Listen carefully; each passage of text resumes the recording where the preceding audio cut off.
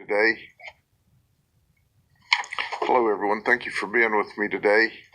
First and foremost, I'm going to give you an update on the murder that happened on the south side of Frostproof Sunday evening at about 5 p.m. I have been giving you several updates. To me, this is a particularly disturbing event, and it is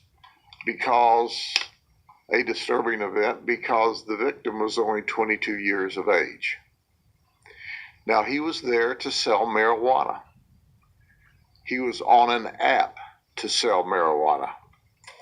And the person who was communicating with him is the suspect that we didn't talk about yesterday by name, Charles Andrew Jackson III. He went online and said that he wanted to buy $400 worth of marijuana from our victim. He's 16 years of age. So our victim gets the directions. It's actually in his cell phone.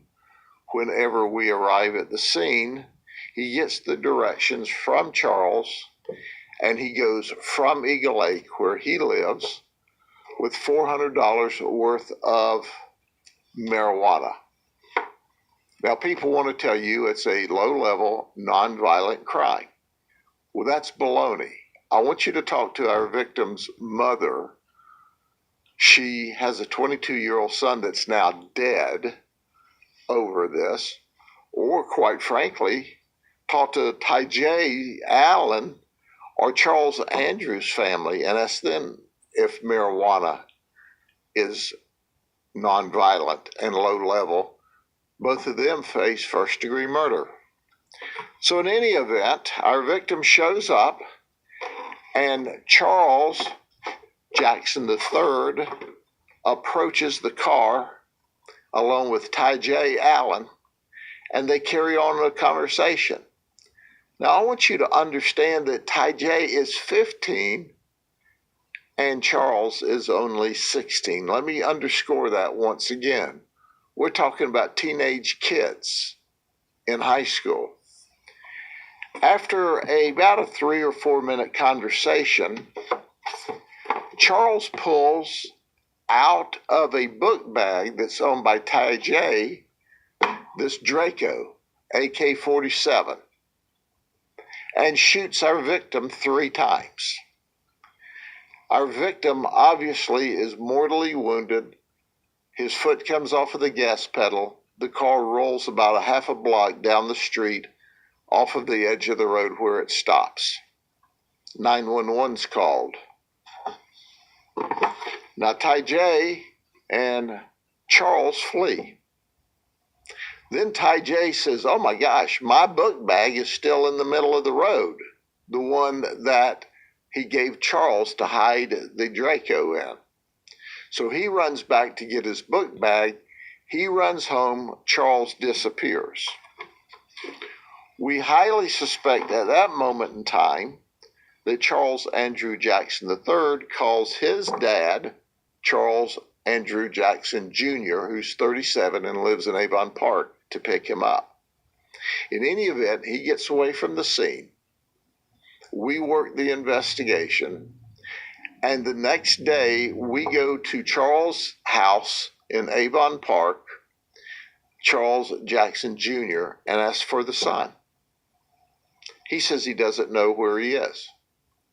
Well, while we're there talking with him, he starts texting and erasing texts. He has texted his son and told him, run, the cops are after you.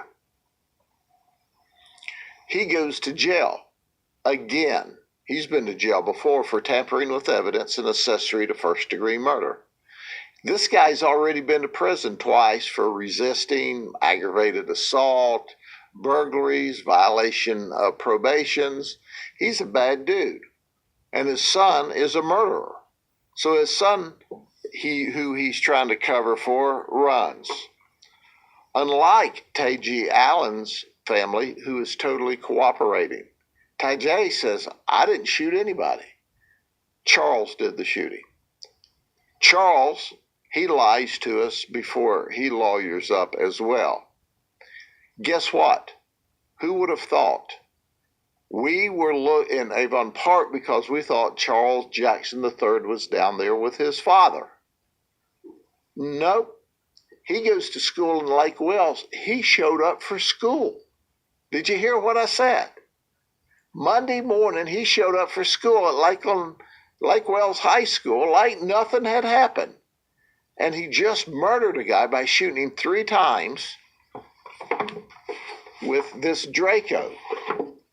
Now, ladies and gentlemen, as you can well imagine, we don't know where this gun is right now. And we want it. So we're willing to pay $5,000 for the recovery of this AK-47 that our 22-year-old victim was shot with. $5,000. Think about that. You can call Crime Stoppers, put us in touch with this gun. You make $5,000. It's that simple. So at the end of the day, the investigation's ongoing. But this is truly a sad set of circumstances. First and foremost, I'm always angered when people say, oh, if we just legalized marijuana, then this wouldn't have happened. You folks are nuts. We know in every state that's legalized marijuana, the drug dealer has proliferated, sells more because they can sell the illegal drug much cheaper than the government regulated, grown, and taxed marijuana. In addition to that, we're talking about 2 15-year-old kids facing first-degree murder and the rest of their life in prison. Because a 22-year-old kid, and at 22, yes, you're an adult, but you're still a kid, is on an app selling marijuana. There's no winners here. And the families of the suspects are left with teenagers that are going to be in prison for the rest of their life, as you should when you murder somebody. And we've got a mother and family of a 22-year-old who's now dead because he went to make a little money selling marijuana. Ladies and gentlemen, sad situation. Now, I have one more press release I want to talk about, but is there any questions you have on this one? I do have several questions. Charles is the one who is suspected of shooting. Being the trigger man. Okay. Are you investigating how he had the gun? Do you suspect it was stolen? We have no idea about where that Draco came from, but obviously a 16-year-old can't legally possess and or buy such a gun, so it's a street gun from someplace. And what is the two suspects? The 2 suspects, they're friends. I believe that they have met because one of their parents is dating or friends with the other family. And then the father was charged with what in relation to Accessory to murder and tampering with evidence. Why are they both being charged with first degree if one of them was the trigger? Well, because they both were principals in this investigation. Conspiracy. Tyjon, he provided the book bag to hide the Draco. He was there with and conspired to buy the marijuana. So they both were there and approached the car, and the trigger man just happened to be the other guy. That's a good message to have. Even if you don't pull the trigger, you can still catch charges. Of course. Absolutely, because they clearly conspired, worked together in order to rob this guy. They didn't have $400 to buy $400 worth of marijuana, and they intended all along to rob him when he got there. And that's exactly what they did.